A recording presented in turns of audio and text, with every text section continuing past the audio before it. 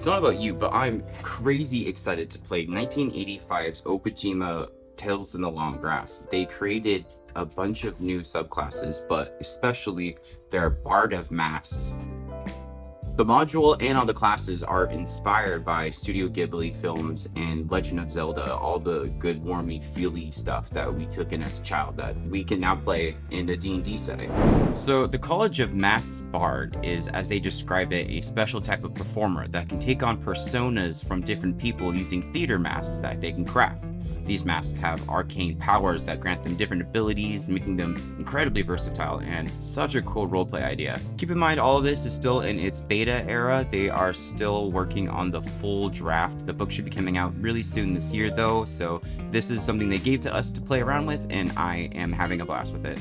Level 1 out of Bard, you automatically get the Bardic Inspiration. This gives you a set amount of dice equal to the amount your Charisma modifier is that you can spend on your bonus action to cheerlead up your friends and all your allies, giving them additional bonuses to their attack rolls, their ability checks, and saving throws. You also unlock your spellcasting here, which is tied to your charisma, which means your capability of picking someone up out of Bard directly correlates to your ability to create a small magical explosion out of nothing. Second level unlocks Jack of all trades, meaning that we refuse to admit that we're bad at anything. We also get Song of Rest, which is kind of like pulling a guitar out at a campground, except for people actually benefit from it. They get to heal extra during a short rest. If they spend hit die, they get to add your bardic die along with it. Next level, we get Expertise, making us very good at two very specific things. But more importantly, we actually graduated from college, and now we are a College of Masks Bard. The first really cool thing we get is called Copycat. Now this lets us do kind of an augmented disguise self. We can change our entire appearance, stature, smell, voice into that of someone we're familiar with, as long as they're humanoid.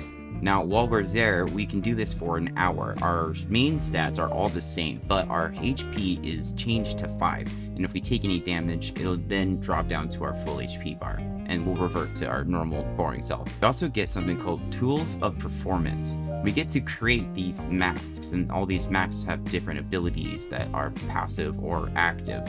We get to pick 2 of them from a large list of options. We get to have more than 3 at 7th, 11th, and 15th level. We'll be able to make a new mask, and we can also replace any of the masks that we chose after we've already crafted one. The different mask options come as Fox. When you're wearing this mask, you gain the ability to move through any empty spaces. Your AC increases by 1, and you can use your reaction to gain advantage on dexterity saving throws. The Golem masks, while you're wearing that one, your melee attack range is increased by 5 feet, and you deal additional D and bludgeoning damage while you have the mask on. The Old Man masks, while wearing it, you can cast Detect Magic and Identify at will, completely without spelling any slots.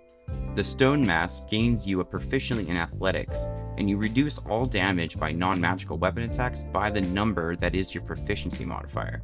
Additionally, you can't be knocked around or drop prone.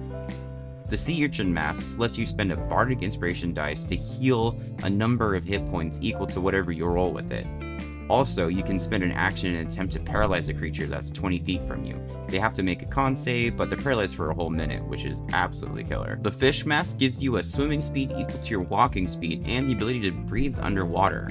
You also get additional spells called Water Pistol and Bubble Person, which will be inside the book once it's released. You also get the Protagonist mask, which gives you proficiencies in performance and persuasion and lets you, with a bonus action, mark someone as your antagonist, making all of their ability checks have disadvantage against you, and you can use your reactions to use your Bardic die to mess with them more and drop their attacks. We also open up second level spells, and they included what has to be my favorite new spell ever, called Beast Transformation. It's the opposite of polymorphing a humanoid. You turn any kind of animal into a common human for an entire hour. I cannot wait to mess with my dam with this. Oh my god. I'm going to waste so many spell slots turning every scroll I see into just a dude. It's gonna be insane. Our next level opens up our ability score increase or grabbing a feat, and our next level opens up 3rd level spells and our Fountain of Inspiration, making all of our Bardic dice come back to us on short rests, and increases to a d8. And they added a really cool 3rd level spell called Pogmo's Pot. You summon up this pot that weighs 10 pounds, no matter how much stuff is inside it,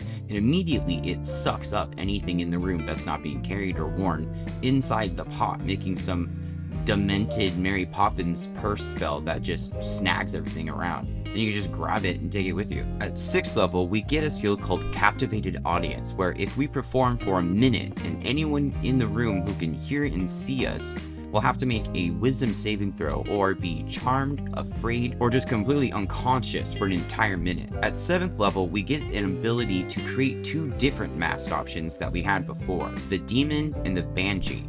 The Demon mask gives us an action that we can see through solid surfaces like a door or a stone floor as long as it's 8 inches or less. It also gives us Arcane Memory, where we can spend a 1st level spell slot to determine whether a creature or an object has been in your area, like a 20-foot radius, in the last 24 hours. And if you spend a 4th level slot, you can see a brief vision of that creature or object when it was there. And the Banshee mask lets us use the Speak with Dead spell as if it was a bard spell. And it also gives us the ability to spend a bardic die to move into the ethereal plane. Level 8 gives us another ability score increase or a feat. 9th level brings in 5th level spells, and a really cool one they added is called Origami Bird Swarm. This lets you create 8 origami birds to swarm around you and then just start absolutely pelting your targets. The swarm lasts until they're all defeated, and they can move around 30 feet, each bird itself doing a d8 of damage until someone decides to fight the swarm back. At 10th level, we can choose 2 spells from any one of the spell lists on any class and make them bard spells ourselves. We get the same option at 14, and then again at 18. Level 11 unlocks a new mask we can make called the Divine Mask, giving us a resistance to radiant damage and a 30-foot fly speed that we can just